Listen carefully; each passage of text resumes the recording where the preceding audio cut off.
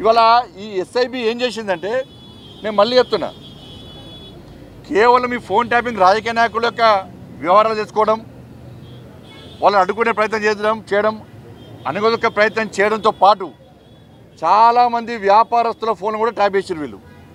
వాళ్ళ లావాదేవీలు, వాళ్ళ బిజినెస్ ట్రాన్సాక్షన్స్ కానీ వాళ్ళ బిజినెస్ సంబంధించి అన్ని రహస్యాలు తెలుసుకొని ఫోన్ చేసి కేసీఆర్ కొడుకు ఫోన్ చేసి వాళ్ళని బ్లాక్మెయిల్ చేసి వేల కోట్ల రూపాయలు దొబ్బిపోయినంటే గిదే ఫోన్ ట్యాప్ ఇవ్వాలని.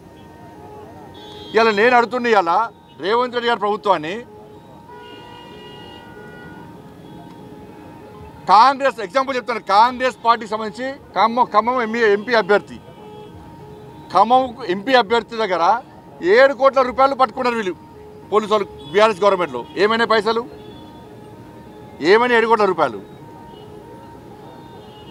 ఇట్లా చాలామంది కాంగ్రెస్ పార్టీ నాయకుల దగ్గర 100ల కోట్ల రూపాయలు వల్ల మీరు సీజ్ చేసి పట్టుకున్నారు.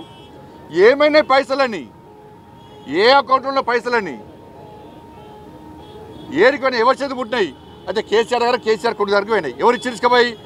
ఇదే ప్రభాకర్ రావు, రాధాకిషన్ దొరికి పైసలు ఇచ్చారు. ఇవాళ 20 కోట్లు దొరికితే టీవీలో బ్రేకింగ్ వస్తుంది, 20 కోట్లు దొరికినాయి అని లీకేజ్ వీలేస్తారు. నెక్స్ట్ కేసీఆర్ కొడుకు ఫోన్ చేసిన వెంటనే ఆ 20 కోట్లు 2 కోట్లు అవుతాయి. ఆ 20 కోట్లు 2 కోట్లు అయితే 18 కోట్లు దొబ్బిపోతారు. ఈ 2 కోట్లు రికార్డులో రికవరీ చూపెడతారు. ఇన్ని వేల కోట్ల రూపాయలు ఇవాళ అక్రమాలు జరిగినప్పుడు దీని మీద రేవంత్ రెడ్డి గారి సర్కారు చర్యలు తీసుకునే అవకాశం ఉందా?